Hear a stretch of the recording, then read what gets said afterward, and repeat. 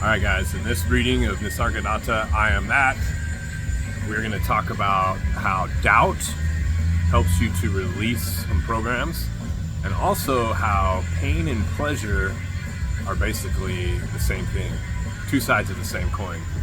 So I'm going to read this. This is from chapter 23, Discrimination Leads to Detachment. So again, conversational style. So the guy that's asking the question says, I am left high and dry with my doubts. In yoga, a doubting mind is a tremendous disadvantage. Maharaj says, I am glad to hear it, but my guru too taught me to doubt. Everything and absolutely, he said. Deny existence to everything except yourself. Through desire, you have created the world with its pains and pleasure.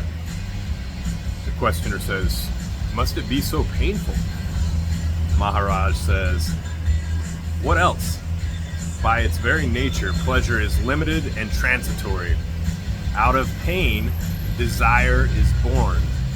In pain, it seeks fulfillment, and it ends in the pain of frustration and despair. Pain is the background of pleasure. All seeking of pleasure is born in the pain and ends in pain. So if you think about that for a minute, it's really profound, because basically we go out looking for things that are going to make us happy externally, and it's just this big cycle of get it and then get pain. So you get your pleasure and then you get pain, and then the pain makes you want more pleasure, and then you just get caught like a hamster in a wheel, or like the snake that's eating itself, which is basically the ego mind, and it is the ego mind. So very interesting.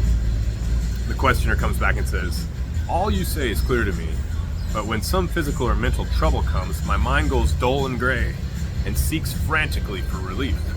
Maharaj, what does it matter? It is the mind that is dull or restless, not you. Look, all kinds of things are happening in this room. Do I cause them to happen? They just happen. So it is with you. The role of destiny unfolds itself and actualizes the inevitable.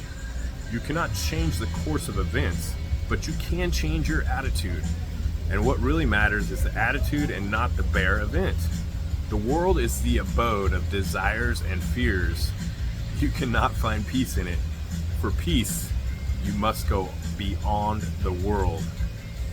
And then this part is epic right here. He says, the root cause of the world is self-love.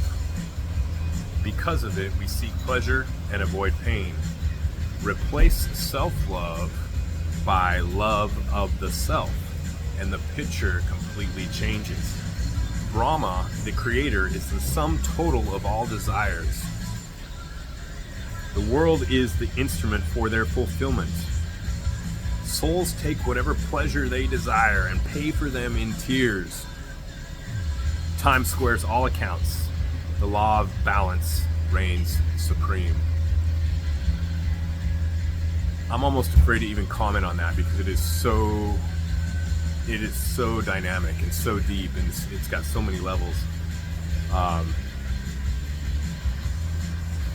He's basically saying, from my perspective, that we're trying to fulfill our desires, which causes us pain, which we already talked about. But it's that desire, like for the ego. It's the love. The difference here is the love for ego, who you identify with, and that brings you pain, versus the love for your true self, which is inward, which is the truth of who you are. And that's why we say know thyself and seek inward and try to find out who you are. And when you love that, you're actually loving God. It's a relationship intimately with source, or whatever you want to call it. It's bigger than the actual concept of God that we know.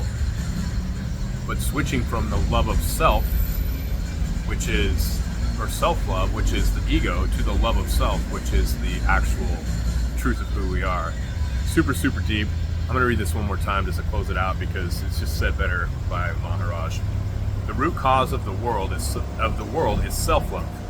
Because of it, we seek pleasure and avoid pain. Replace self-love by the love of the self. By love of the self, and the picture changes. Brahma, the creator, is the sum total of all desires. The world is the instrument for their fulfillment.